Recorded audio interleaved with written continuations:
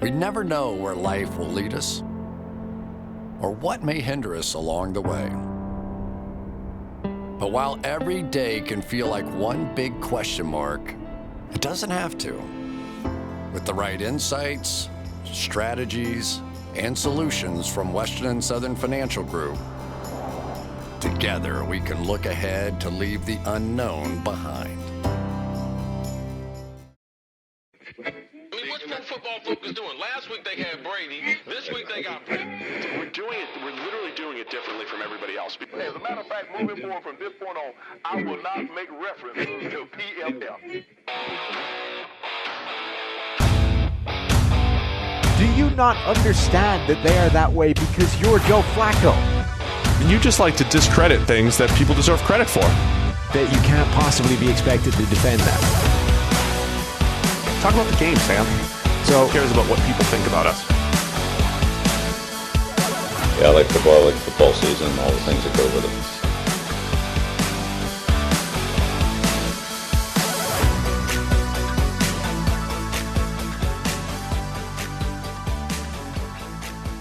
it. Welcome into the PFF NFL podcast. Steve Palazzolo here with Sam Monson. We are on our PFF NFL draft show set for at least one show here, Sam. Yeah, this is where we did the live draft coverage. The background, we'll sacrifice our heads for this show so we can see what the setup was like in the studio. This is a cool look, too. So let's just roll right in. I have sat in this high-top chair, though, for 22 Quite a long hours. time, yeah. 22 hours of coverage this weekend. If you're watching on YouTube, go check out the shows. I'm sure you watched this all weekend anyway. But yeah, we covered day 1, day 2, 8 hours on day 3, and just did a recap show here on Sunday. Right. I was only a day 3 pick, some character concerns, but I've sat in this chair for quite a while, so I can't even imagine what your poor knees are going through. Yeah, I think, poor decisions having you only on there till day 3, but we'll discuss that another time. We are going to recap the entire draft. We're going wall-to-wall coverage, recapping the draft. And because we're long-winded and we want to give every fan base the love that they deserve, even the ones that screwed it up, we're going to do 2 divisions per show. So this week, Sam, we'll do 4 shows. Okay. This is 2 bonus shows. So don't forget, we normally go twice a week. We've been going 3 times a week during a little bit of free agency in the draft. We're going to go 4 times this week, 2 divisions per. So today, one-time offer. We're previewing the NFC West. That's right. We're starting with the West. People are going to be so happy. Well, a small group of people are going to be so happy. Everyone else is going to get pissed off. Don't give the tips away why we always start east to west. But the NFC West is first and the NFC East. So that's what we're going through today. So let's start in the West because the biggest decision in the draft started there with the San Francisco 49ers at 3. So over at PFF.com, I got to find our draft grades here. Usually I got a producer in my ear telling me, I'm so used to being on you just got big time. I'm used to being on the live show all weekend. So get our draft grades out. What did we give the 49ers? I think it was a B or a B+. But they take Trey Lance. After all that discussion, Sam. They did. And it was, it's always been a fascinating insight into what Kyle Shanahan believes is important in the quarterback position. And they went with Trey Lance. It's funny, people were saying, Mac Jones was the favorite, Justin Fields. At some point, all 3 of those guys were the favorite because nobody had any freaking idea what the 49ers were doing, including the 49ers, by the way. Kyle Shanahan and maybe one other person knew what they were doing. Everybody else in that building had no freaking idea, and that's why the reports were all over the place. It's why the betting market was all over the place. The information just did not get out. But I would assume, because this is where they landed and because of how much they traded up to make it happen, that Lance was always the guy. Here's the bottom line. Don't give me this conspiracy. Don't. It's not even a conspiracy. There are pretty good sources close to Shanahan that this was a trade up for Mac Jones. Stop it. And then as a consensus, as a unit, the San Francisco 49ers, scouting, coaching staff, decision makers, they all came together and landed on Trey Lance. You're telling me they traded 3 first-round picks to go up and take Trey Lance, and then somewhere along the line Mac Jones. Yes. And then somewhere along the line watched enough tape that they're like, you know what? No, let's pivot to Trey Lance. Correct. I believe that to be madness. Those are the stories people are sticking to. Those are the stories. That's exactly what is the case, and I believe that to be untrue. All right. Well, viewers, can I give you another conspiracy theory? By the way, I thought of this earlier. What if all the Mac Jones story was about making the Trey Lance pick more palatable, right? If you trade up from 12 to 3 and you draft Trey Lance, everyone's going to be like, wow, what a reach. This guy's raw. He's only got 320 dropbacks. He's only played in the FCS. This is a huge, bad decision, terrible pick, blah, blah, right? But you soften the ground with Mac Jones now. It's like, oh, thank God. It's George's reaction, right? Oh, thank God we didn't draft Mac Jones. Trey Lance, a great pick. So the whole thing was just an attempt to soften the ground so that they could pick the quarterback they want. I like that one. The first one is they love Zach Wilson, and they're going to talk everybody else up enough that the Jets let him fall. Then there's it was Mac Jones, and then somehow they got talked out of it. Well, there's a third one.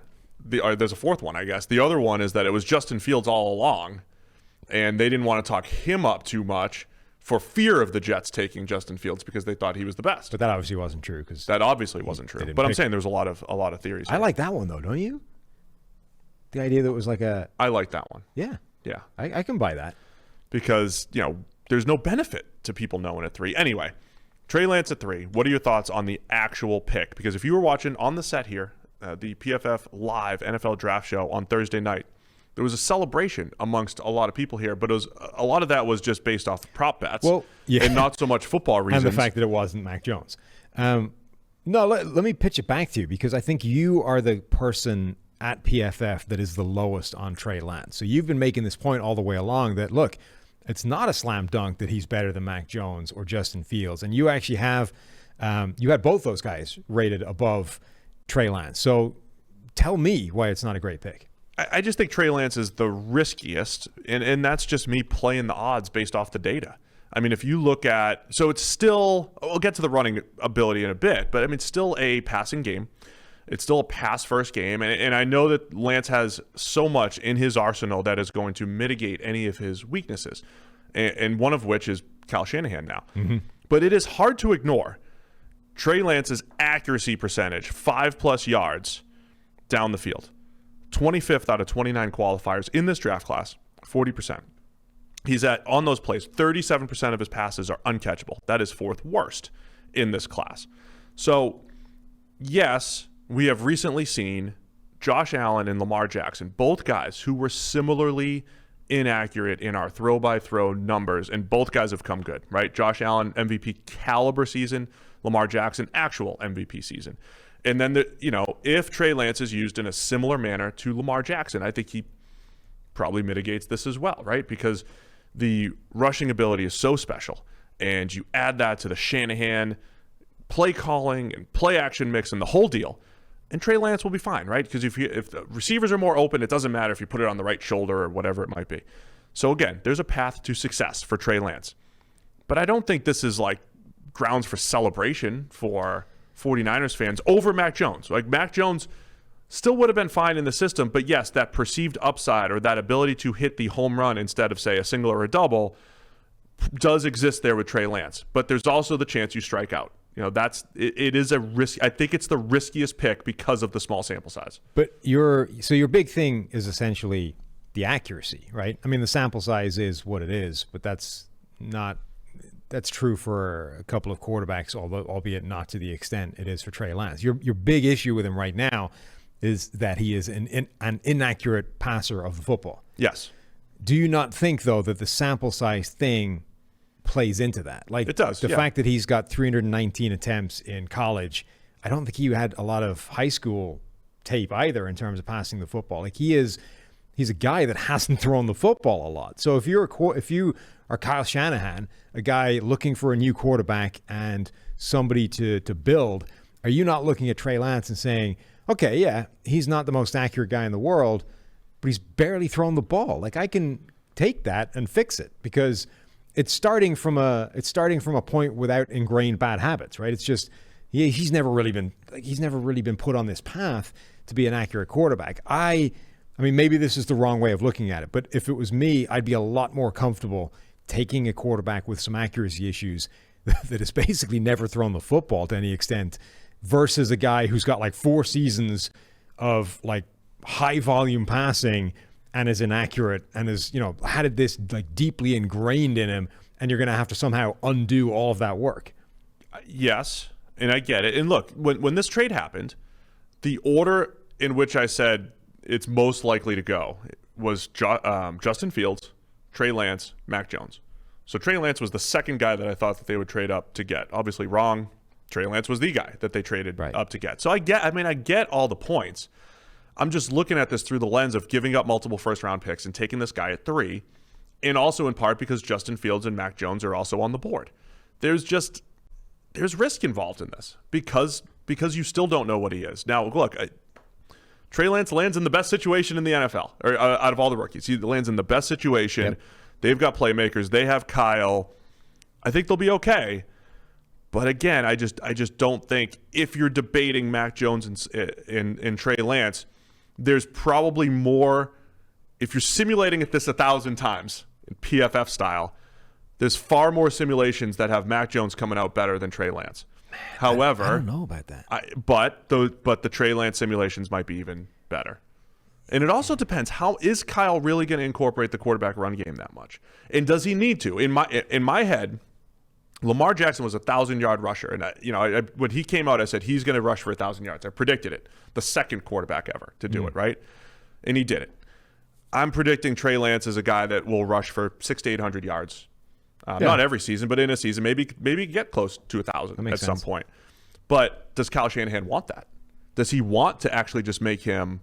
He's got a good arm. He moves around the pocket fine. Like, right. He does regular drop back. What if he's just stuff. like Aaron Rodgers stylistically, right? A guy who's athletic enough, or Patrick Mahomes, who's athletic enough to move around, buy himself extra time, and then when you stop paying attention, can scamper away for a 40-yard play, as opposed to somebody who you're going to build an entire branch of the offense around. It's a good point, and it's one that isn't being made a lot. I would suggest that you still want.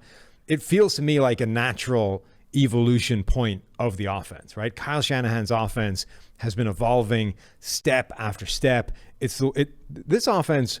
There's a lot of teams in the NFL with a coach that have some branch of this offense, right? Dating back to the guy's dad, right? Mike Shanahan. This offense has a bunch of different branches and a bunch of different systems, and it's all. This is the best. And the reason it's the best is because Kyle Shanahan has evolved it sequentially, step by step. He's added a bit here, added elements here, more things there. They have done more to evolve this system than anybody else. And it feels that one of the reasons you take a Trey Lance is because you can add another layer of evolution. You can do something else that you can't do if it's Mac Jones, that you could do with Justin Fields, but it's more natural with Trey Lance because of how good of a designed ball carrier he is. Now, that doesn't mean that. So one of the problems in years past is that the answer to that would be, we just run a bunch of like zone read plays, right? And like have read options and just have the quarterback run every now and again. But what would make it so good with Kyle Shanahan's offense is this idea of tying everything together so that the pass game and the run game are built as one, and now the run game is part of the pass game as well because the quarterback is an element. It just feels like a natural synergy for this offense in particular to feature that as a big part as opposed to just here's a quarterback that's going to scramble a bit. Yeah, and just, we have a lot of new listeners and everything, so I just want to explain this too. The Shanahans, their entire system, they run that outside zone, that stretch zone, and part of the reason why it's worked so well is they can almost take one defender out of the box, right? We've done the research at PFF, and we've said, look, box count is what matters. If you have 7 guys in the box and there's 6 or 7 blockers, the offense has the advantage. Your running back is going to have more success. Well, the Shanahans have found a way. Their goal is to always take one defensive end and put him in conflict. So he can either play the run, or the way they figured it out is you have the boot action. That's why they run it so much, so that guy has to stop the quarterback. And then the next step on that is a running quarterback, right? So not only can he run boot action, he can just keep it, and you always have to have a defender assigned to him. And then there's the jet sweep stuff. The jet sweep is like taking a guy that wasn't normally in the blocking scheme, and one defender has to take a look at him. Well, Shanahan incorporates all this stuff now. So they're just winning the math. They're winning they're winning everything here as far as, outflanking the defense. And then Trey Lance had over 1,000 yards on those designed runs in college. So that's why I'm just assuming they're going to tap back into that the same way they did with RG3. I've got to say, I think they made the right pick at 3 with Trey Lance. I think for the 49ers, I know for a few weeks heading into the draft, I was saying, look, if it was me, I would pick Justin Fields. And I think that's probably still true. If I was doing it, I would pick Justin Fields. But I like the reasoning, I think, that they would have picked Trey Lance, which is, look, he has that incredible rushing threat that we can evolve the offense with. The flaw that he has is an accuracy issue, which is almost to be expected given how little he's thrown the ball. And I don't think he has the scary element that Justin Fields brings, which I think spooked a lot of teams. This idea of he holds onto the ball a long time. He will skew towards taking sacks, which are very bad plays, and those kinds of things. There are elements of Fields' game that I think terrifies NFL teams. I don't think there's anything to Trey Lance's game that terrifies an NFL team. They will look at his flaw and think that's easily fixable, particularly a guy like Shanahan. Even if they never improve his accuracy, it's less of a problem in Shanahan's offense. So I think ultimately they made the right call. What's just fascinating is that they were so aggressive in terms of what it cost them to make that pick. So it's amazing to watch it pan out. Either way, I'm excited about the new data points we're going to get. So you got Kyle Shanahan with the first running quarterback he's had in 9 years. You have Mac Jones going to New England. So you get to see the guy that's been compared to Tom Brady go into the system where Tom Brady became a Hall of Famer. You get to see Belichick's next quarterback. So I'm kind of glad the way things landed. And you get to see Justin Fields, but try to be the guy. On a good team. That's the first good Chicago Bears quarterback since like Jim McMahon. I mean, let's be serious. So I actually love all the landing spots. I'm excited. We've just done 22 hours of coverage all weekend, and I'm still fired up about the draft and what we're looking forward to. So I like the way it landed. You've been mainlining Red Bulls and smelling salts like Austin? I don't even know what's happening right now. Okay. I can't even think straight. But the rest of the 49ers draft, I think, was far less exciting for everybody. Aaron Banks was a guy that Mike Renner, our draft analyst, by the way, I always like to give Mike props because I think I do. Oh. I give him. Okay. I tweeted out the other day. He is a star. If you did not watch our draft coverage, Mike is a star. He has not even come a long way. He's always had football knowledge, but he continues to get better and better at articulating it. So I think he was the star of our draft coverage this weekend. Great job this week. And he's a golden homer, as I always like to call him. He sometimes he's like, Steve, just check me. Notre Dame guy, am I too high on him? Aaron Banks was the second draft pick for the 49ers. He's out of Notre Dame, guard. He was 119 on our board that Renner put together, and he went at 48 overall. So even Renner wasn't as high on Aaron Banks. There's quite a few players this year where Renner was lower on them than the NFL from Notre Dame. Right. It's like when Renner is lower on you than everyone else and you're from Notre Dame, that's potentially an issue. Right. So, I mean, Aaron Banks, guard, that's going to help the run game a little bit. Trey Sermon, they traded up. Drafted two running backs and traded up to get one. Right. As much as Kyle makes running backs look good, he also likes drafting running backs. He likes drafting and paying for them. Like the 49ers backfield is kind of fascinating. Like as much as you think, hey, running backs can be acquired for either low draft capital or low money, they have paid free agent money, like significant free agent money to running backs. They've drafted them high, and most of the ones that have done the best have been low cost.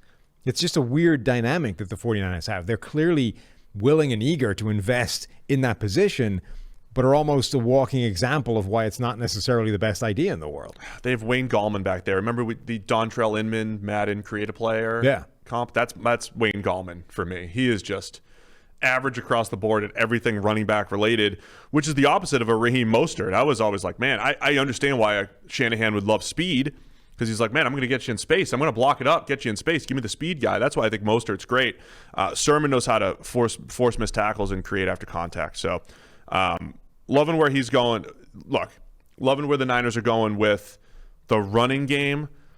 That's clearly where they were focused, I think, if they're going to do that with Trey Lance. So yeah, it's just going to be fun to watch what that offense looks like. And I personally think that Trey Lance can start very quickly. I don't think he needs to sit for this extended period of time that a lot of people are building into this. We've gone long on the 49ers, but it's okay because the Seattle Seahawks only had 3 picks. So they'll bring us back down to earth here, Sam. Let's go to – we'll finish them last in the NFC West. Okay. Let's go to the Cardinals. They go with Zaven Collins at 16 overall. He was 36th on our draft board, so technically higher than we would have said. That was a surprise pick, and I got more on that in a minute.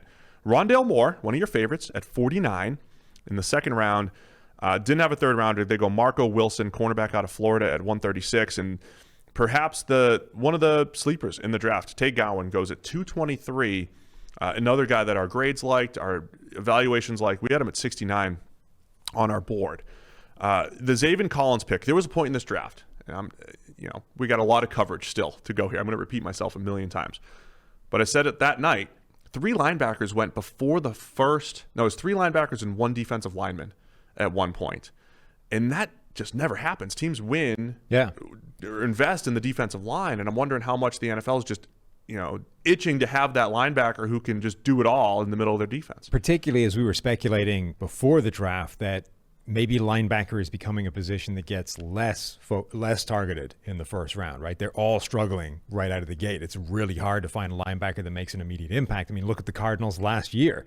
They draft a guy who's being talked of as this defensive unicorn, a positionless player, a guy that can do everything, a guy with the range and speed of a safety and the body of a giant linebacker. And that guy got, Kyle Shanahan in week 1 had like a giant bullseye all over Isaiah Simmons, just ripped him to pieces. Then they basically put him on the bench. They couldn't have him on the field because he was getting targeted so much. So, but for the Cardinals of all teams to go back to the well the next year and draft another linebacker midway through the first round is interesting.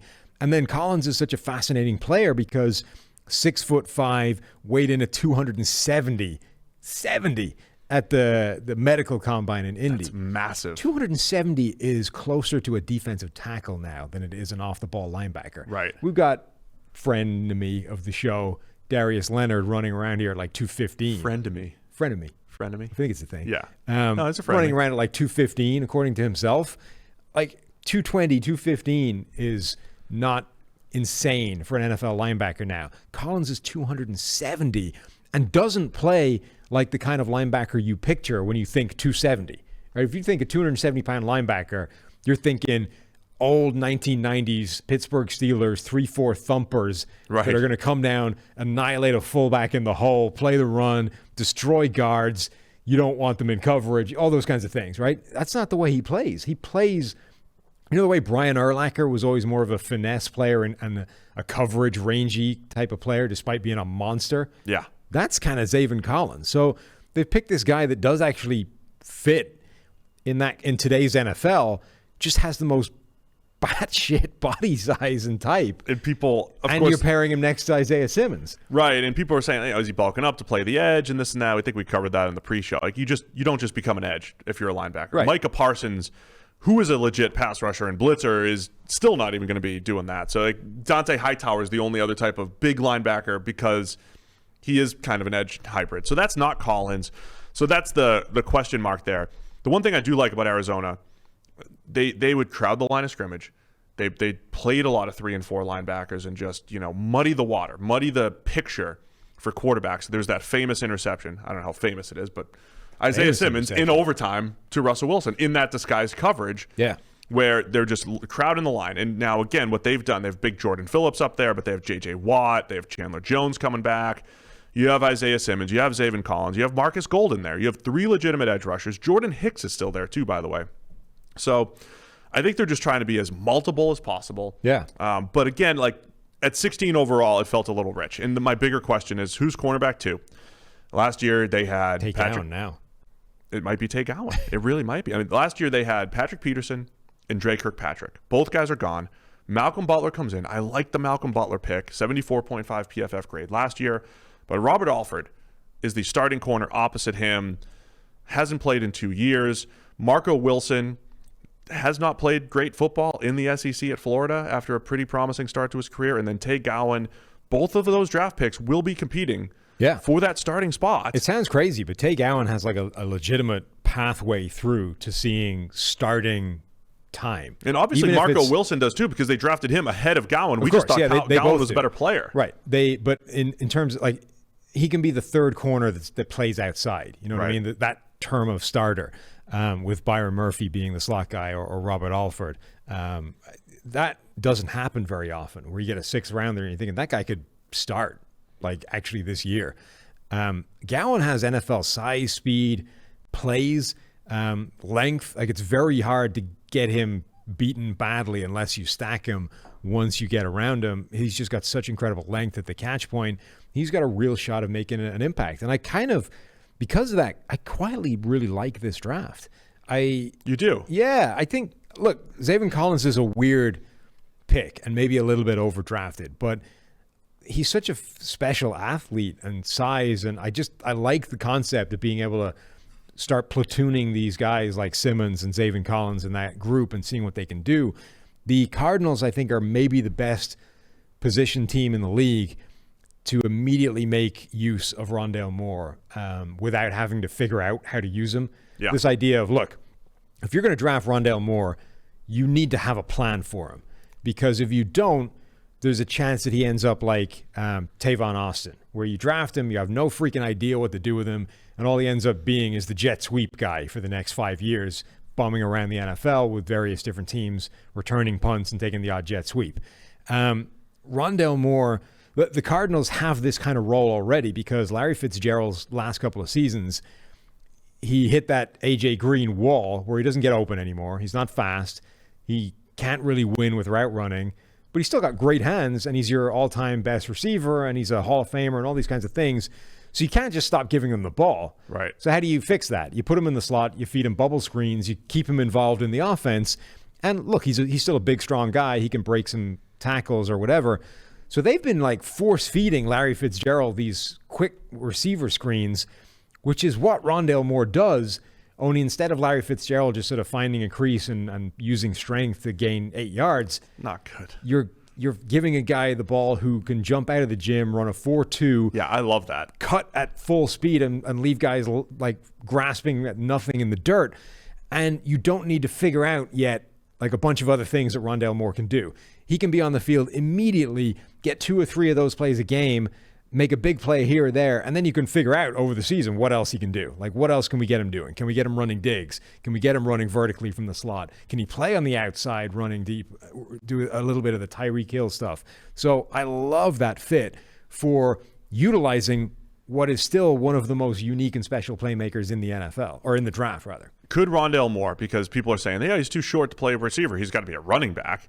Could he be that guy that does line up and just takes running back snaps? Remember, there's a difference between hybrid players, right. But if he could be in the way that, actually take handoffs. Yeah, in the way that Tyreek Hill does. Yeah. Right? I mean, this is the thing.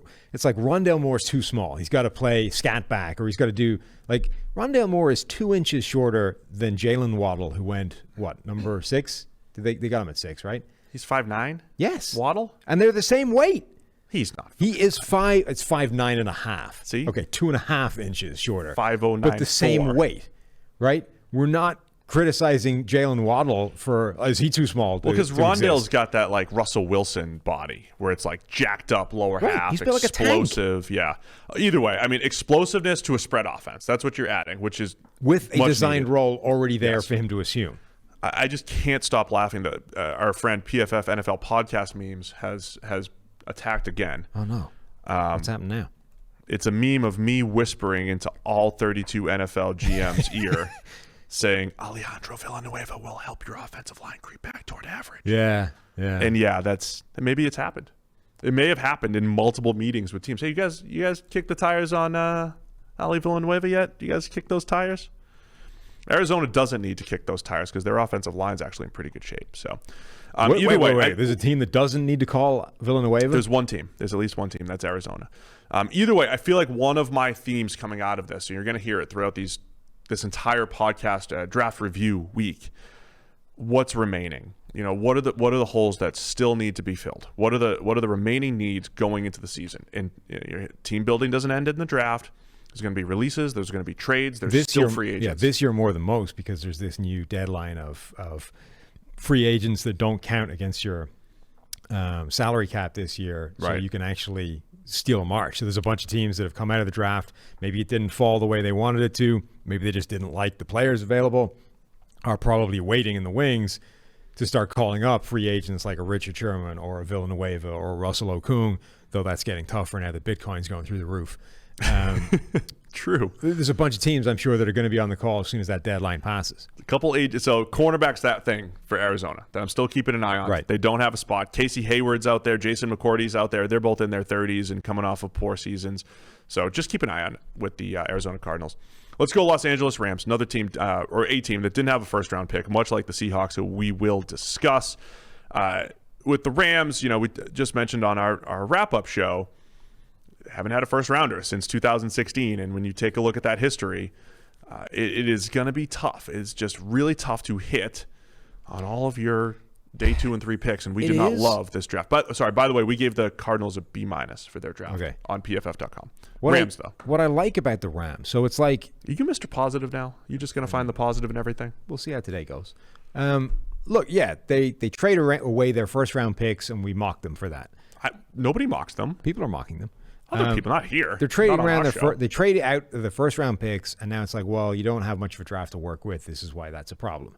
But what they do well is amass picks. Okay, they're on day 2 and 3, but they keep a large number of them. They seem to, whether it's conscious or not, they are playing the odds well that, hey, once you're in day 2 and 3, like the odds are not great that these guys are going to be good. Really smart. So let's get a lot of them. So in this draft, where you're like, they don't pick until number 57. Their next pick is 103. But they had 8 draft picks, I think. So they didn't have a first rounder. They don't have a first rounder either side of this pick for years. But they had 9 draft picks, even if they weren't high. That's a smart thing to be doing.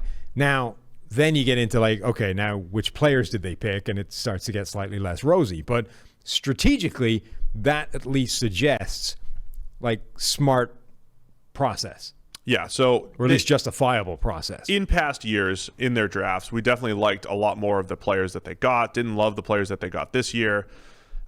Tutu Atwell they get at 57 overall. We had a much lower on our draft board, down at 157. Speed receiver. But we'll talk about this with the Seahawks. They got Dwayne Eskridge. Oh, wow. Hang on. What? You weigh more than 2 Tutu Atwells. What's he, 155? 149. You're almost there. You need to. I do not. Now you probably do. No, after this weekend. It was a rough weekend, just sitting and 298. You go to 298 in between takes. Yeah, 298. If we got you on a scales I am not right up now, to 298. No, we got you on a scales right now. You 298. It's gonna take more than a few slices of pizza and little movement for 4 days to. You think? To get me to 298. I don't know if that's true. I'll mow the lawn tonight, lose 4 pounds. God, Tutu Atwell's half your size. Yeah, he is. Half. Yeah. I mean, he's also number 5 on their depth chart right now. So, look, you don't draft for this year. However, Robert Woods, Cooper Kupp, Van Jefferson they got last year, and they signed just Deshaun Jackson this offseason. Yeah. So Tutu's going to be wide receiver 5 for now. It's a great spot for Tutu to land, if nothing else, right? You actually get to sort of see firsthand from a guy who's made a career out of doing what you're going to need to figure out how to do if you're going to succeed at the NFL level, right? Deshaun Jackson, who himself was massively undersized. Okay, not 149 undersized, but still. Not half my size. Right. Like, Deshaun Jackson is the prototype for how to be a viable, covetable, dangerous, consistent deep threat at an extremely undersized an extremely undersized body type for the NFL and still win outside. Like, that's Tutu Atwell's ceiling, and he gets to sit there and like learn from the guy that did it. Yeah, that's good. That's a good spot for him. But he is half your size. He is. Little Tutu. Beyond that, linebacker Ernest Jones out of South Carolina. They got him at 103. We had him at 169 on our board. Bobby Brown III out of Texas A&M adds a little run-stopping ability as a big interior defensive lineman. Below average pass rush grades coming out of A&M in college. So yeah, it's an okay. We have an okay haul. The potential wild card here is Jacob Harris. Well, 2 wild cards really. They got 2 athletic, projection types here. Robert Rochelle, the cornerback out of Central Arkansas, great workout numbers. He was on Bruce Feldman's freaks list. Speed, size, had a couple awesome interceptions. I think it was against Arkansas State when they played FBS teams. And then Jacob Harris, big wide receiver, slash tight end. I mean, he's big enough to almost be a tight end. 41-inch vertical and the whole deal. 4.39 40-yard dash. Jake Funk, great name. Got Jake Funk. Running back in Maryland. Also, when you get to day 3 and an NFL Network, it's like stump the truck. Can we select the guy from an obscure enough school that the truck doesn't have film on them? They selected a guy, Chris Garrett, in the 7th round out of Concordia, St. Paul. And then the Minnesota school. Yeah. Yes. Not Concordia of New York. No. And the draft tracker, the PFF draft tracker, which has been cranking through live analysis on all, 259 picks, 257, just it bailed. It bounced on Chris Garrett, just nothing. I got nothing for you. Don't know where this is, who it is, no data on him. Which school? Can't tell you anything. Concordia St. Paul. They bailed on that, yeah. Yeah, peace out. I got nothing for you here. Just for more Jacob Harris perspective here, 6'5", 219, 6.54 3-cone. That's 99th percentile among wide receivers, and he did it at 6'5" with a 41-inch vertical, 94th percentile, a 97th percentile broad jump, and an 87th percentile 40 at 4.39. So if he hits coming out of UCF, a guy that hasn't. Look, if you're drafting guys in the fourth round, that is a special athlete to be drafting, and then let's see if we can put that into wide receiver. Yeah. I think that's how you either pick special athletes that could hit or production guys. Right.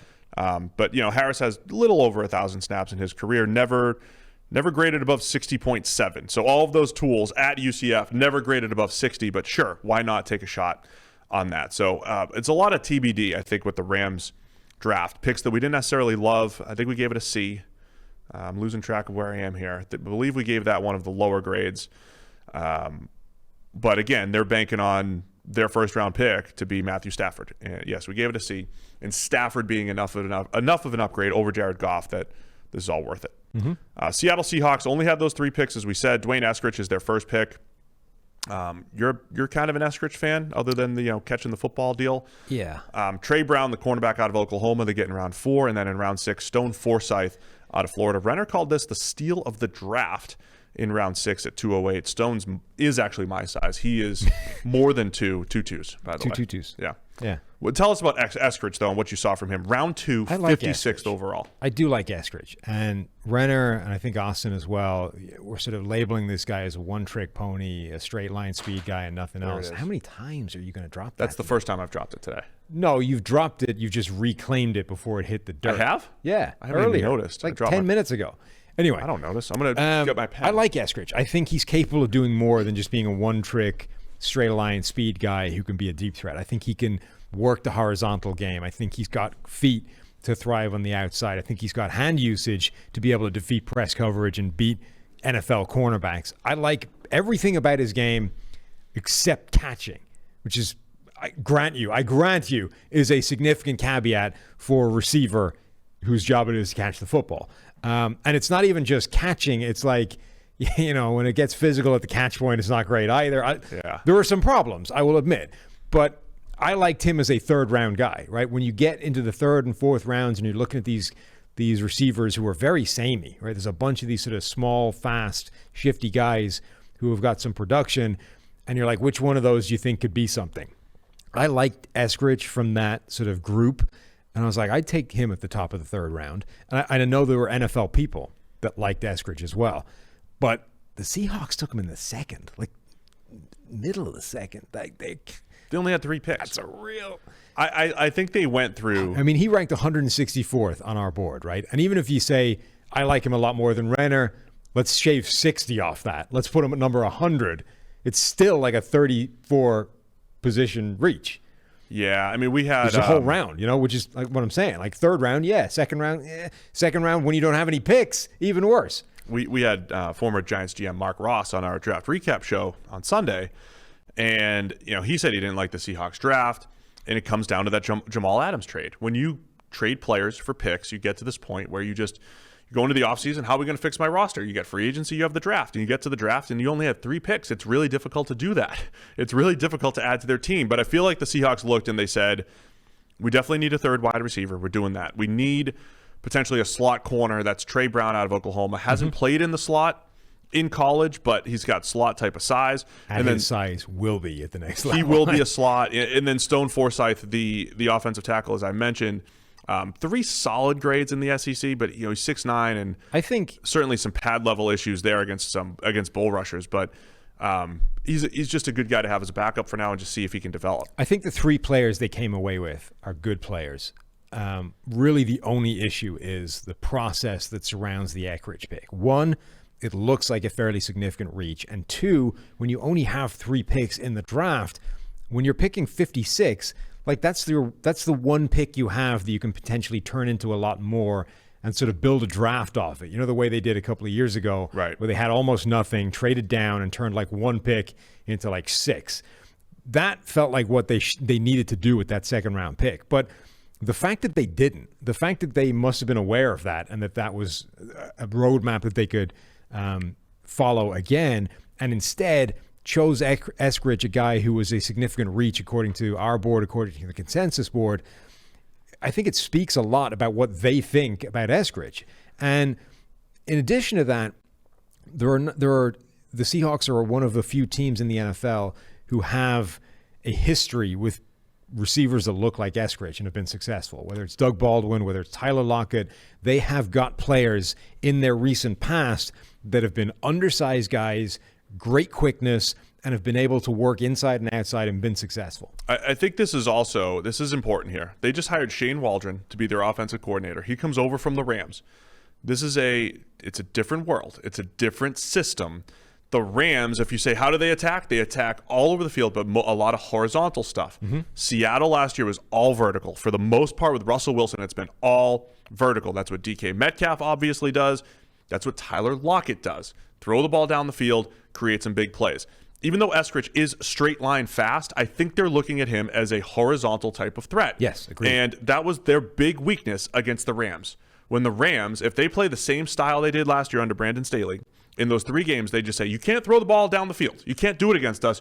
You have to outflank us horizontally on underneath stuff. And the Seahawks tried to tap into that a little bit in the second game, and they just weren't comfortable doing it. They didn't do a good job of it. But they have Eskridge now, and they have Gerald Everett, who could be the other big key to the Seahawks this year, because he's another guy, after the catch type of guy that, much like Eskridge, I think they tried to add some yak to that offense with Eskridge and with Everett to go with the downfield. I think Eskridge can definitely do that. Again, I think he is a little bit more versatile than Mike and Austin are giving him credit for. All right, that's the NFC West. Just needs to learn how to catch. I want to call your attention, if you're watching on YouTube, to what Sam and I are wearing, though. These sweatshirts, these Sweat Taylor shirts. The matching sweatshirts. We did not know we were going to be matching today, but we are. We're wearing the same light gray. It's all from Sweat Taylor. That's SWET Taylor.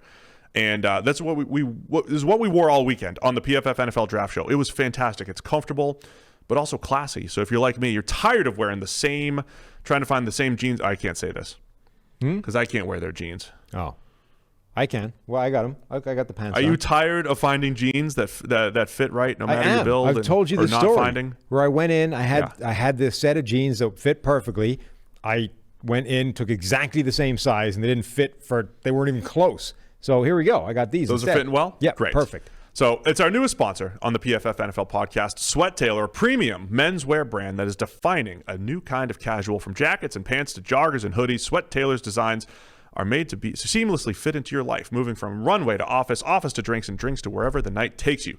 Specializing in athleisure wear for men, pieces are designed with comfort and versatility in mind for every day. So again, we wore it all weekend. We had hoodies. I had a button down, had this sweatshirt. It's awesome. And you use the promo code PFF-SWEAT, S-W-E-T, PFF-SWEAT for 25% off. That's PFF-SWET for 25% off your order at sweattailor.com. Sweattailor.com. Comfortable enough apparently for Austin to sleep in during the Austin the slept in it, man. I think Austin slept 2 hours a night this entire weekend. He had more Red Bulls than hours of sleep is essentially a stat from this weekend. Significantly more. In addition to the smelling salts. I might go grab a Red Bull. Man's system feels like it's suffered some problems over the last 72 hours. Shout out to everybody at PFF, by the way. From, again, data. It starts with data collection, just getting the data that we can use to, illustrate our points, to our entire content team, to our production team. Just so much went into 22 hours of live coverage. And that's not even including everything that went on the website and everything. Just a full team effort here at PFF this weekend. All right, NFC East. Always got to get the East in here. Let's go Dallas Cowboys first. Micah Parsons is their first pick at 12. To me, the theme of the Dallas draft is just missing. it feels like a They year. must have been so pissed. Right? Picking a 10, everybody all the way through the pre-draft process is like, cornerback to Dallas, nail it on. First it was Caleb Farley, and then Farley's medicals were an issue. Then it's Patrick Surtain. Then it's like, hey, J.C. Horn's on the rise. J.C. Horn, whatever it is. It's one of the 3 first-round corners that people were expecting to be at the top end of the draft. Dallas is getting him at 10. And, you know, maybe if they don't, maybe they'll go offensive line. They love Sewell. If Sewell falls, Dallas could jump on him. And then everybody goes. And it's like, Carolina, nobody had Carolina picking a cornerback.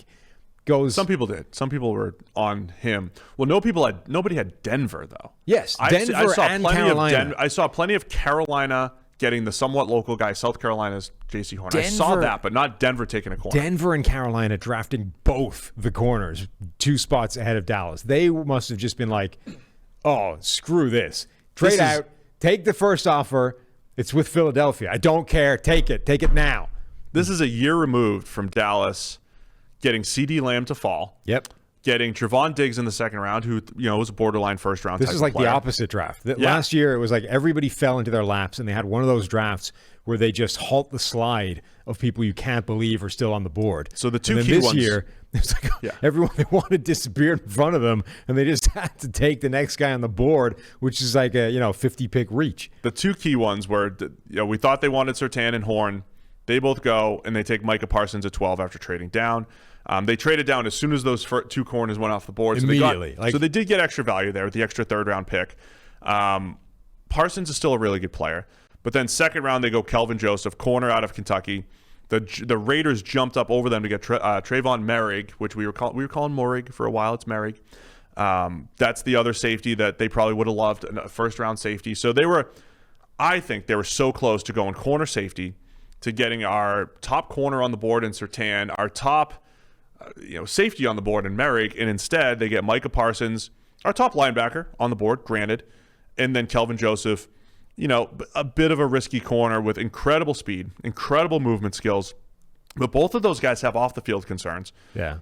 Fourth rounder Josh Ball from Marshall has Joseph also has on-the-field concerns. Joseph has on-the-field concerns as well. Josh Ball has massive off-field concerns as well. So Dallas did go that route. That pick in particular just screams like they must have been so certain that they were getting one of those cornerbacks with that pick, like all the way through. When your entire plan just has something set in stone as a given. It would have been like, if the Jets had drafted Justin Fields or something, right? And suddenly everyone's like, wow, hang on, this is not how this is supposed to be. Like, one of the givens we had at this point is that Zach Wilson isn't here anymore. Now he is. Everything just went to hell. We've changed everything. The Cowboys must have been working the entire process of like, one of these corners is there at 10, we're good. And then he doesn't go, trade down, in trouble, get Parsons, and then who are we taking in the second round now? We haven't even been looking at second-round corners because we were taking Surtain or J.C. Horn at 10. Now we got to figure out which one of these second-round guys we like. Joseph's got some talent. Let's grab him. Yeah, Kelvin Joseph, he had an incredible pick 6, breaking on the ball. I mean, the quicks and speed that he has, fantastic. He also got absolutely torched by the great Kyle Pitts. Not the only one. He was one of, this is what the SEC started to do, man. They started to just find a way to put, the best coverage players on Kyle Pitts and nobody could stop him. It still didn't work, yeah. It seems, so here's the curious part about Dallas. The other, maybe their best pick was getting Jabril Cox. When they got him, they get him in the 4th round at 115 overall, top 45 player on our draft board, length, zone length, really good fit, I think, for the Dallas defense. And I was thinking, Jabril Cox, with his length and size, that old school Sam type of feel, he could be KJ Wright for a new coordinator, Dan Quinn, and Micah Parsons has some Bobby Wagner to him. And I think that makes a lot of sense. Okay, but you already had Leighton Vander Esch and Jalen Smith, so now what are you doing? And Keon O'Neal. Yes. Who they signed to play linebacker. Everybody's playing linebacker in Dallas now. And I also don't know why, because Keon O'Neal did do fairly well at strong safety in Dan Quinn's system in Atlanta. Doesn't matter. Everybody's playing linebacker here. Maybe the plan is, we've been saying that, look, playing linebacker in today's NFL is a nightmare. They got to cover too much. There's just too much that's asked of them. Put more out there. Too many responsibilities. Let's just roll with 6 of them. We have 6 linebackers. There's no space for anybody to target the linebackers. It makes a ton of sense. I Also, will say our defensive line is bad enough that it doesn't matter if we lose 2 guys from that anyway. they may have found 2 contributors though. Osa Odigizua and Like Chauncey that pick. Golston. Golston's got some. He does a really nice job too in the run game. So both of those picks are pretty solid, and I think both of those guys play. Odigizua. Right. On the other hand, Golson was drafted at 84. It was ranked 170 on the big board. Yeah, I mean it's a. Odigizua was a lot closer, but even that was 15 pick reach or whatever. But they're probably immediately a part of the rotation. Yeah. Parsons probably sees the field early. Kelvin Joseph might have to because it's Anthony Brown, Trevon Diggs, Jordan Lewis. I guess he could sit maybe behind Anthony Brown, but I really wanted an upgrade there. I think they did too. I just don't understand prioritizing linebacker as a position and a strategy in today's NFL. I will say with Quinn in that scheme, we've seen this cover 3 Seahawks scheme go all around the league, and it really has failed everywhere except 1 year in Jacksonville. But the ones that have done pretty well, and 1 year in Atlanta, Bobby Wagner might be the underrated part of that. We always look at the secondary and the defensive line, but having a Wagner makes this thing work. Having, Miles Jack did all right with Jacksonville, but Deion Jones was great for Atlanta, was a playmaker. I feel like these defensive coordinators want that playmaking linebacker But in again, this system. like you have an athletic freak in Jalen Smith who you just gave a monster contract to. You have Leighton Vander Esch, a former first-round pick, who in his rookie year looked like the best of those linebackers. So are we just saying that those 2 guys are done? Like we're shipping both of them out. They're both failed experiments. We are replacing the linebacker core, essentially. Vander Esch is in the last year of his contract. Look, I'm not even saying it's Fifth-year option, wrong. I'm saying TBD. like they've both been playing badly recently, but I know. it's a hell of a statement to be like, we're dumping the linebacking core and getting a new one, and we're investing heavily to do that. I also thought, it's a 2 linebacker league, right? I mean, Yes. it's a 2 linebacker league, unless you're running a 3-3-5, but Right. that's not even a thing. You don't really run 3-3-5s. When you do that, one of the 3 in the middle there is actually a rusher, a pass rusher. It's really a 2 linebacker league. So, yeah, that's the curious part about this Dallas draft. For it to really be great, Parsons has to be excellent, and Joseph kind of needs to live up to the tools. He has a below-average coverage grade when compared to recent NFL prospects, but again, from a movement skill standpoint, he ran a 4.28, and broad jump really good, and he did it at 5'11", 197, pretty solid. But a 4.28 is crazy. Yeah. By the way, 4.28, and Kyle Pitts ran away from him.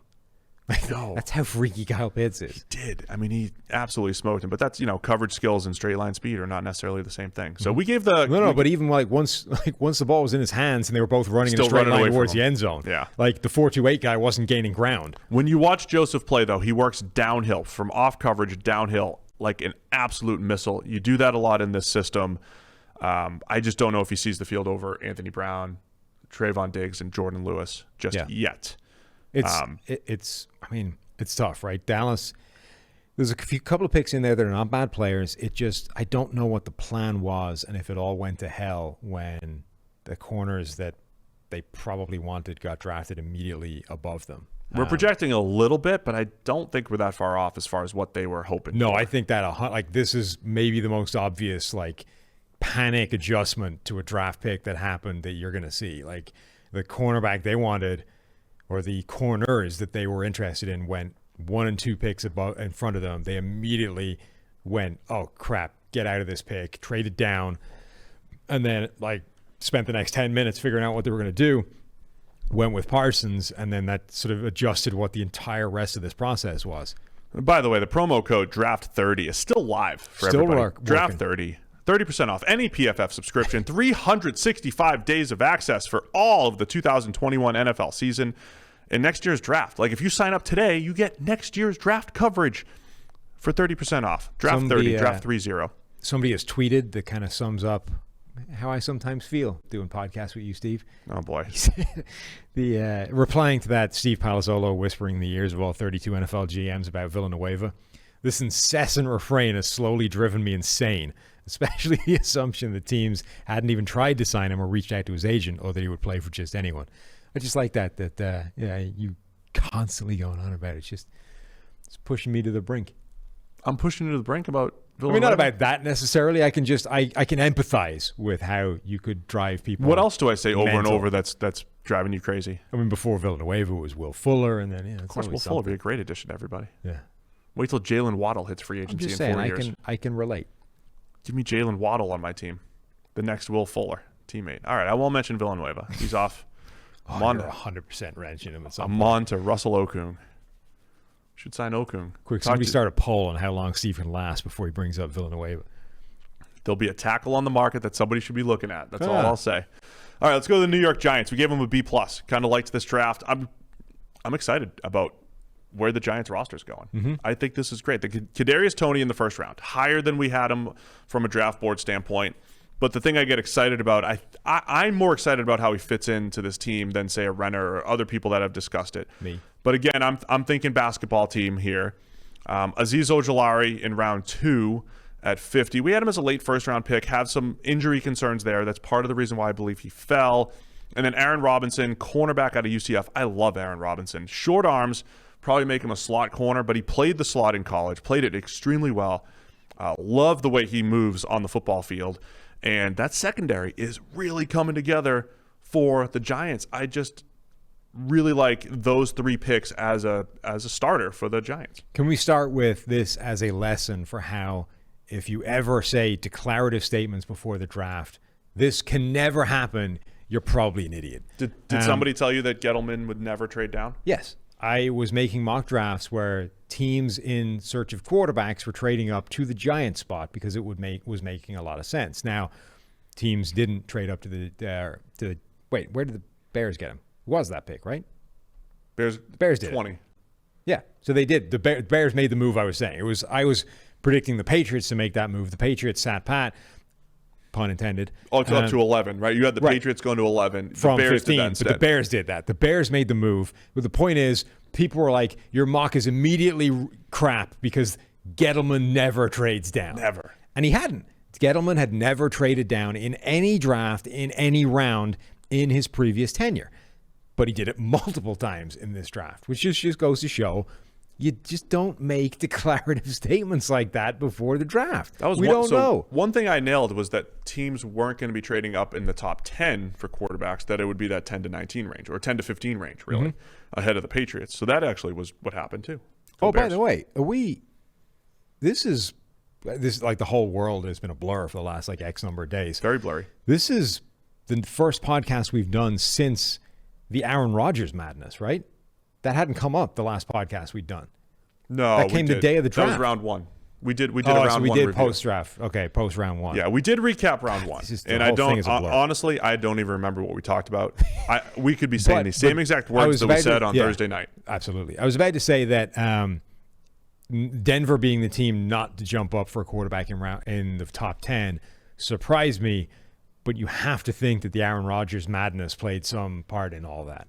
Yes. Yeah, we'll talk plenty about that. I think Denver also taking Patrick Surtain. I'm just wondering if they were going to flip him to Green Bay, but then Green Bay takes a corner. But I mean, the whole thing, but just the idea that this suddenly became like a legitimate thing, I think had to have stopped whatever plans Denver may have had to trade up for Justin Fields or Mac Jones or whatever. On the other hand, I also don't know if that was just the news breaking to the public, or if behind the scenes every team knew about this. No, because didn't John Lynch come out and say, like, as soon as that broke, they picked up the phone and were like, anytime Aaron Rodgers is available, you got to find out what the deal is.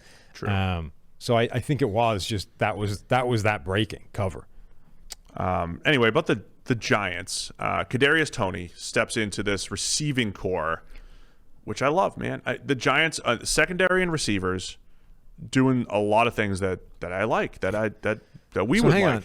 Explain to me what Kadarius Toney is going to look like within this offense, because I like Kadarius Toney more than a lot of people did, in that I think of the group of, I mean, second tier, if you want to call them that, but the guys that are primarily slot receivers in this draft class. So Kadarius Toney, Elijah Moore, Rondale Moore, that kind of group.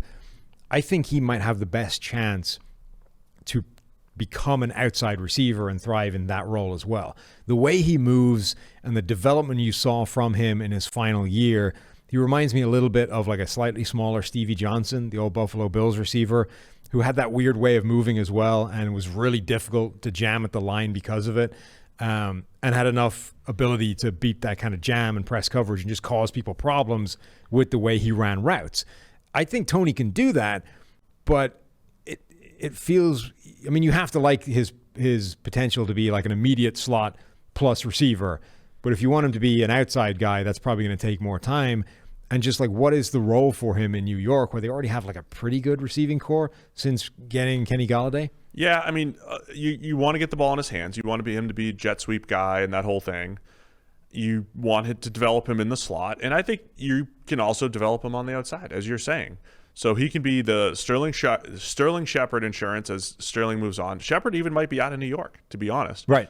Because you have Darius Slayton, deep threat. Nice job, Darius. He's been excellent since coming into the league for expectations.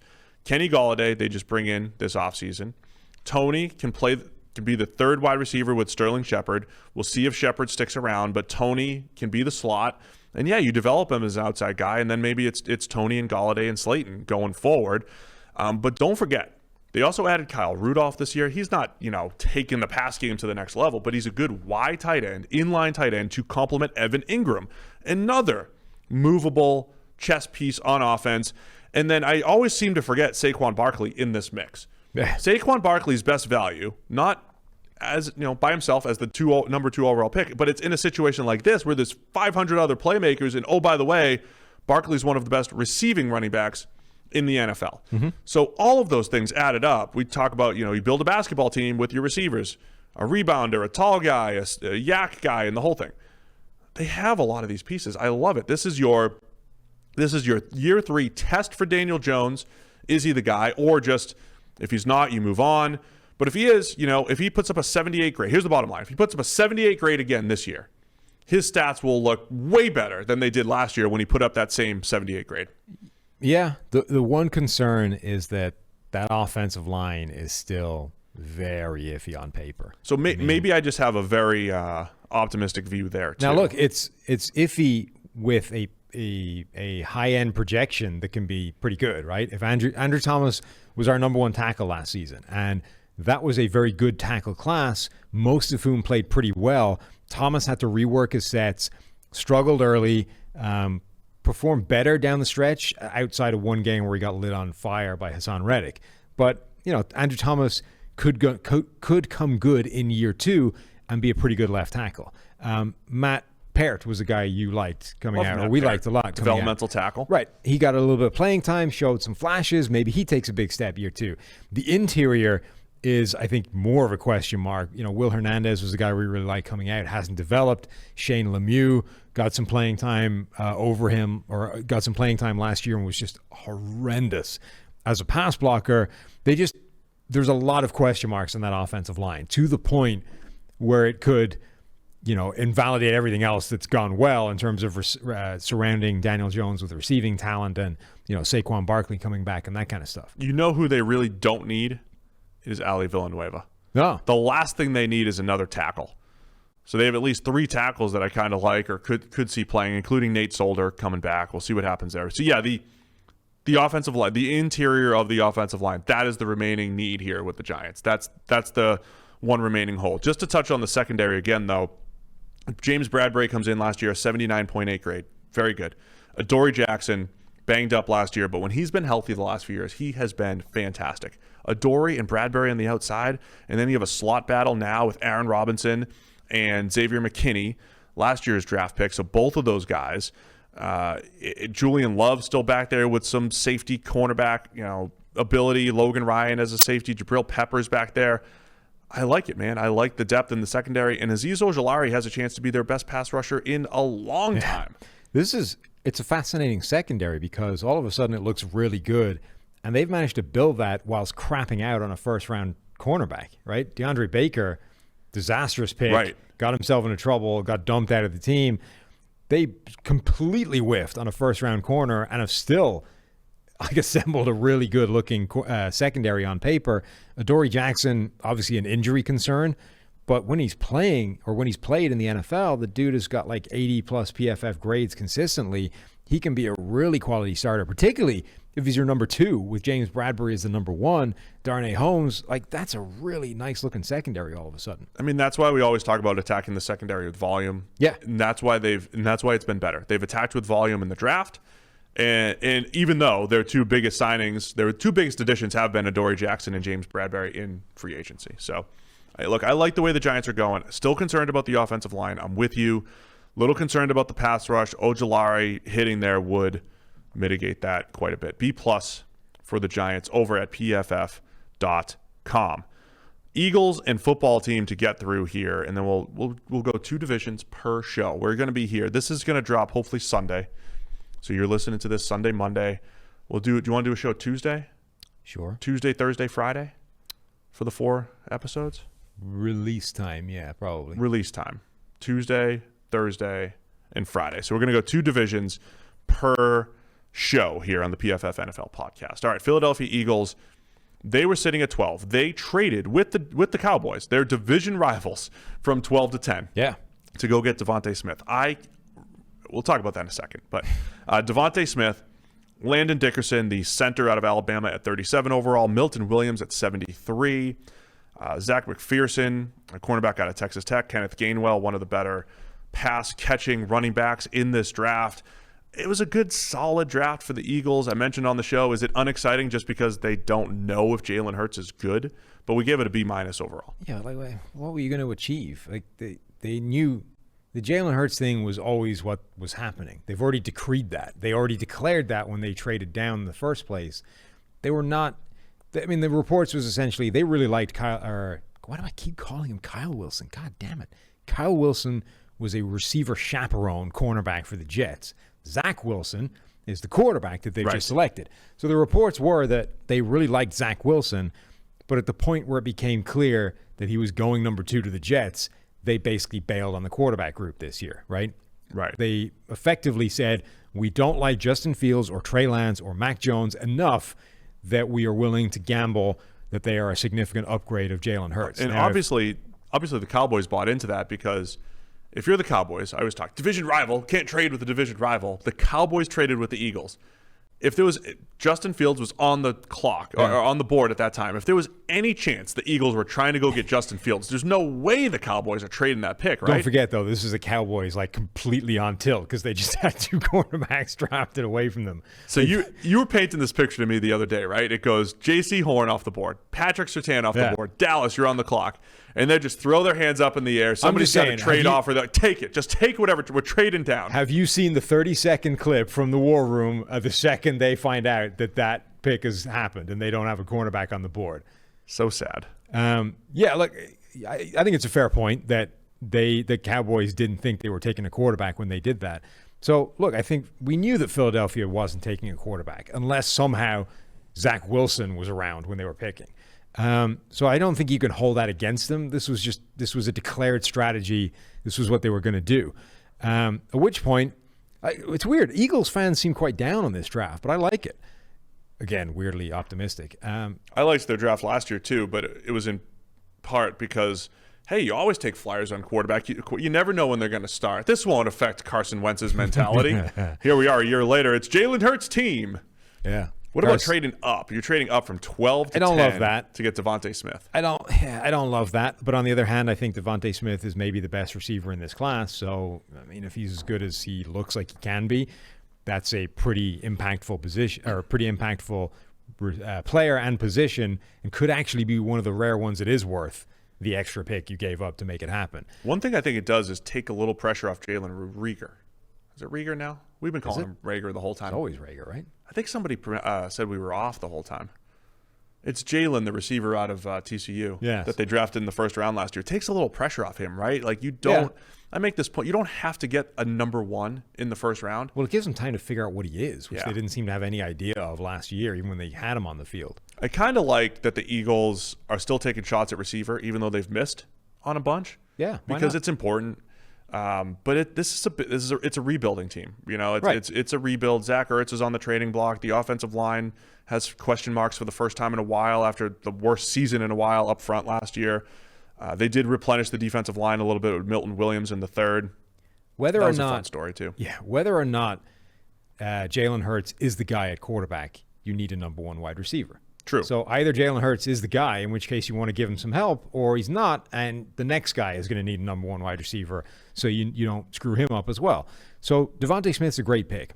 His tape is the best of any of these wide receivers in college. The only negative he has is that the dude weighed in at the medical combine at 166 pounds. How many of me is that?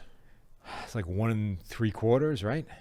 I'm 1 3/4 of. Yeah, he's You're one 1 guy. 3/4 Devontae's.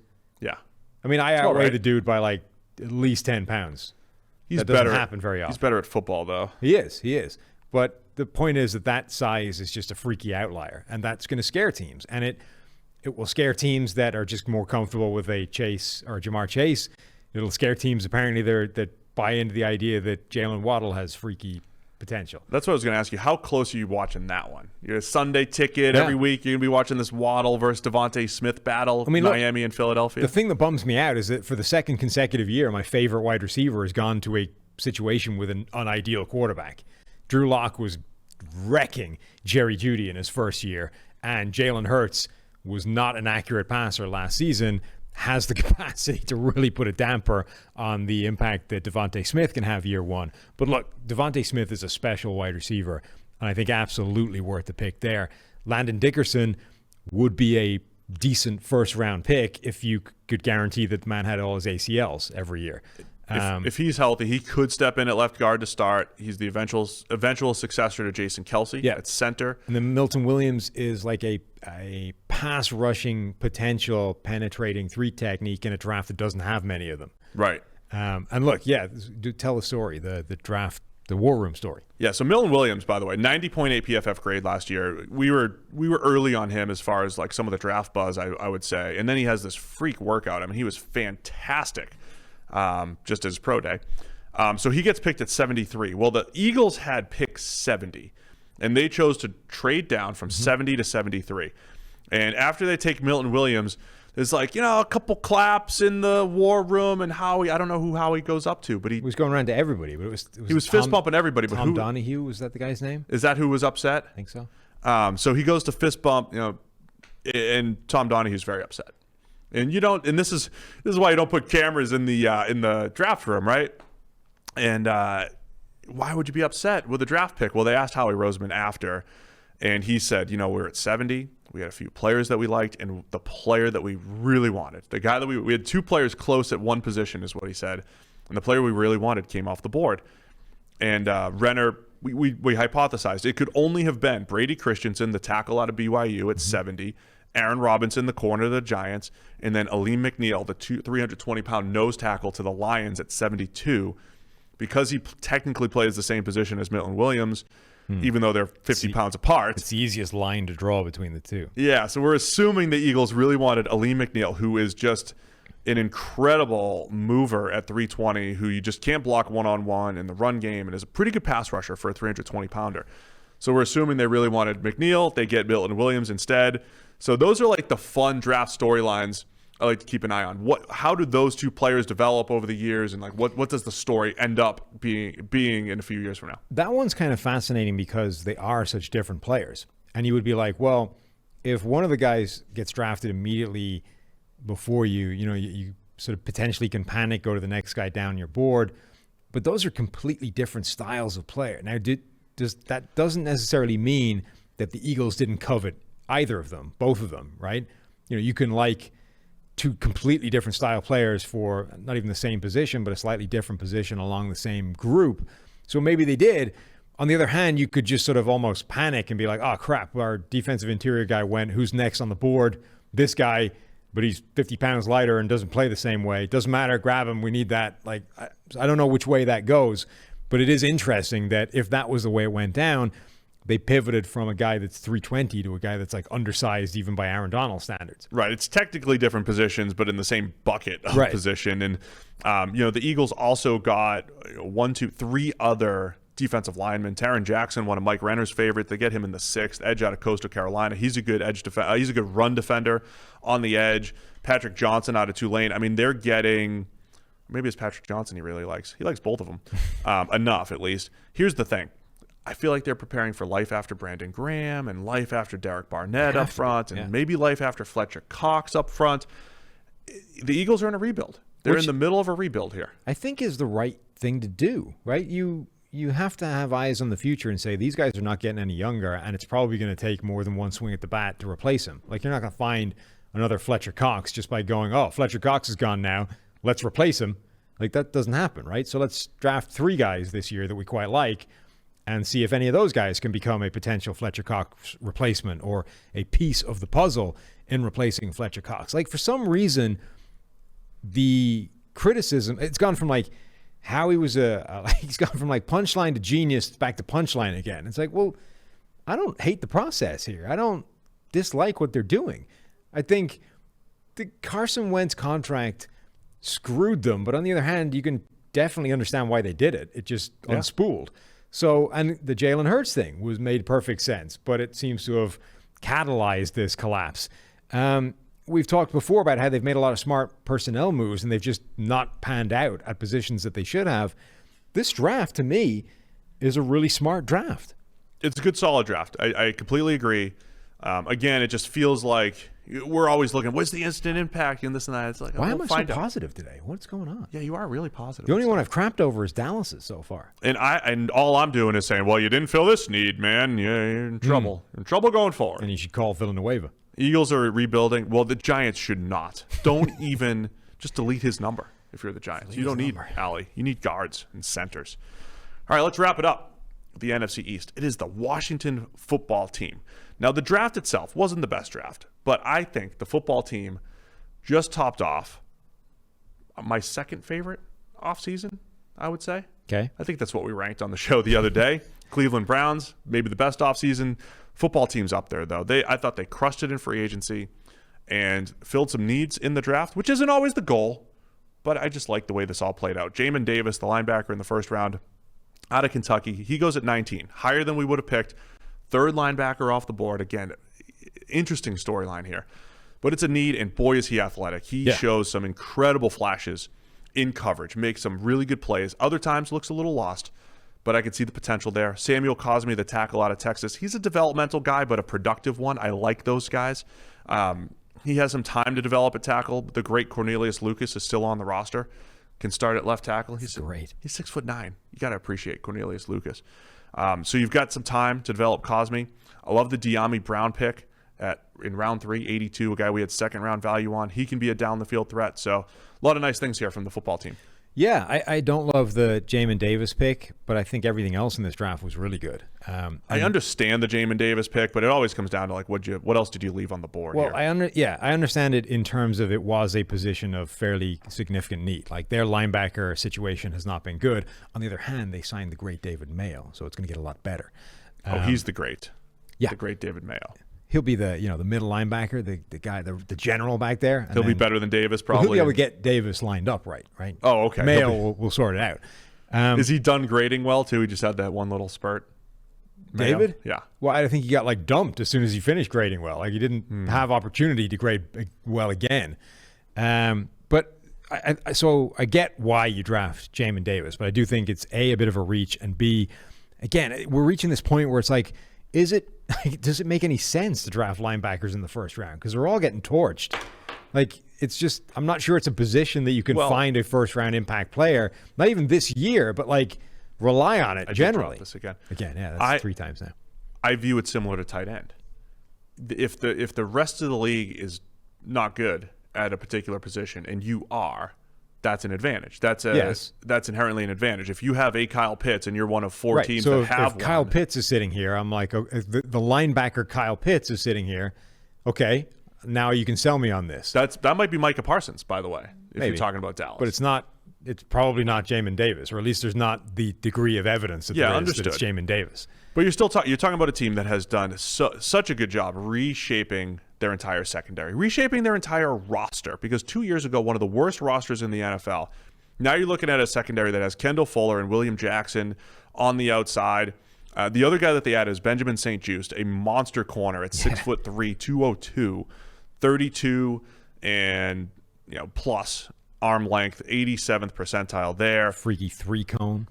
Yeah, you know what's funny is that I'm watching him on film, and I'm like, man, he does not move laterally well. I hate when it doesn't. Like, he looks bad laterally on tape, but sometimes it's a technique thing, not an athleticism thing. So I think there's things to tidy up technique-wise, but having an incredible 3-cone and 20-yard shuttle, both over the 90th percentile at 6'3". I mean, Kevin King also did that, but still, it's not that easy to do at that size. So that's well worth a shot in the third round. Yeah, and I was mocking them, Rashad Bateman, a lot in the first round because I think they did still need to sort of attack that second starting position with Curtis Samuel, more of a slot guy, and a complementary piece. Find a guy that can be on the outside, win vertically, give you another threat opposite Terry McLaurin. And they didn't obviously take Bateman, but I think I wasn't as in love with De'Ami Brown as a lot of people, but to get him where they got him, pick number 82, he can definitely come in and fill that kind of complementary role, even if he isn't as complete a receiver as Bateman is. I like that pick a lot. De'Ami can get down the field, man. He's well, that's almost all he's done in his college I know. career. He had ADOT is over 18, the average depth of target. That's what he did. But I'm saying he gets off press all right. Plays a little faster, I think, than he was in the 4.4s. He's got some speed. He's decent at everything. He just didn't wow me at anything. Yeah, I didn't think he was great. He's not a great, if you made him into a possession type receiver and had to sell underneath routes, I don't see it with him. But once again, well-rounded receiving core. McLaurin, Samuel, throwing Adam Humphries in there. See if Gandy Golden can be as good as you thought he could be. He was always going to be a bit of a gamble, but a good one. And then De'Ami. A project, yes, not a gamble. Do you want to get to your takedown of the Cheeseman? Yeah, I mean, look, the football team drafted a long snapper in the 6th round, Cameron Cheeseman out of Michigan. Look, he's not as good as the other long snappers. And listen, most people, and by most people I mean all people, do not have long snapping data, accuracy data. Look, we can all look at a long snapper, but are you charting where that ball goes? The accuracy within PFF is. We know. are here at PFF. So when Cameron Cheeseman came off the board as a long snapper in the 6th round, PFF Steve over there dove right into the database provided by the good people on the data team and fairly well torched them for making the Cheeseman pick. Yeah.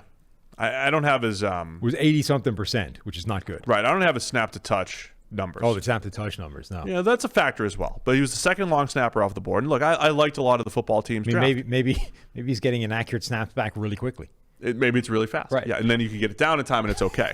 But Cheeseman didn't snap last year in 2000. Did he opt out last year? I don't know. But in 2019, he was only 84% accurate on his punts. Perfect on field goals and extra points. But in 2018, 2 inaccurate field goals and extra points. The dude from Bama was 90 for 90 last year, field goal, extra point. And he was 94% on his long snaps on punts. Look, so you don't want to miss any of your short snaps. You got to sit out the year and train for the combine. He must have opted out. Got to get 12 months training in for this NFL gig. I apologize to the millions of listeners here, though. I did not research why Cheeseman didn't have any snaps last year, but he didn't. So I had to go back to his 18 and 19 data. So 2 inaccurate short snaps in those years. Sam's typing. Well, I'm just Googling it now just to make sure it wasn't a hideous medical problem that we're mocking or something. You know? Oh, shoot, yeah. That's what I'm saying. Please do that. We have no producers here to cut anything that I say, too. So it's just us solo in the studio. Anyway, this could have disastrous consequences. I declared I'm out on Cheeseman. You did. You were out on the cheese. The other guy, Bama guy. Where's the other? Where'd he go? Let's do some research here.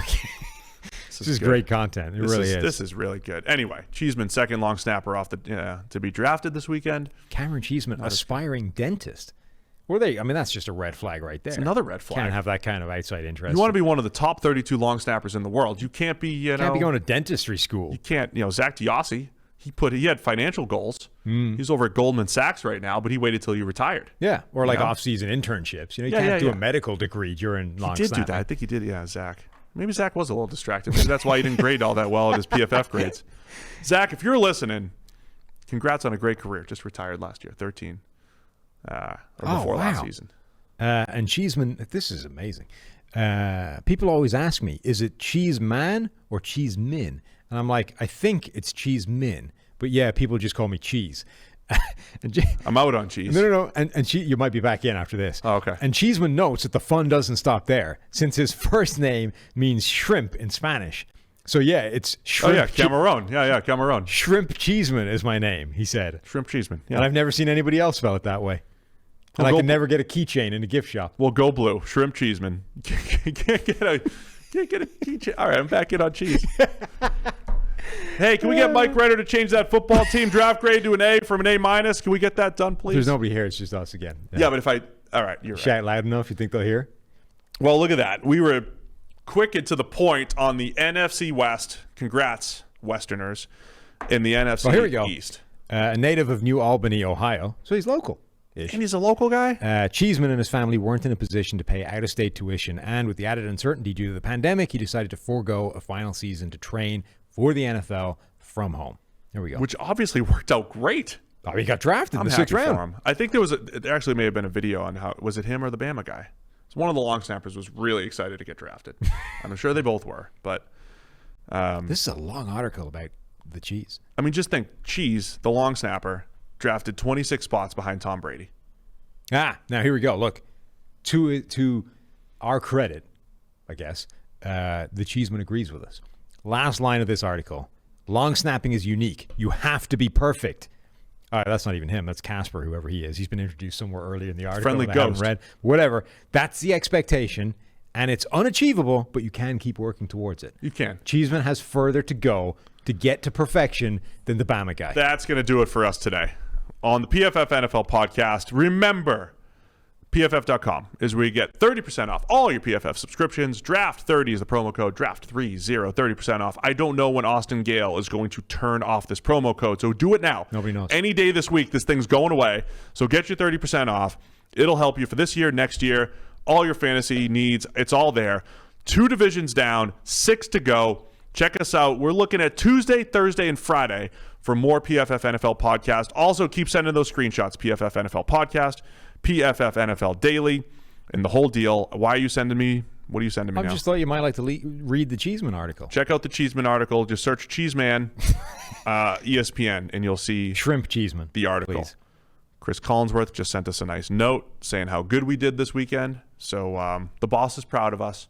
It's now time to go to sleep after 24 hours now. Actually, it's time to go in coverage. there and see if I remembered how to turn this off. If and this send it to didn't somebody. record, I'm going to be very upset. Oh, it's definitely recorded. You can see that on the screen there. The question is, am I going to be able to stop it recording and then send it to somebody so that it gets somewhere after this? That's the unknown here. If you're listening to this podcast, Sam was successful. Thanks to everybody for tuning in. I'm out. Wave, Sam.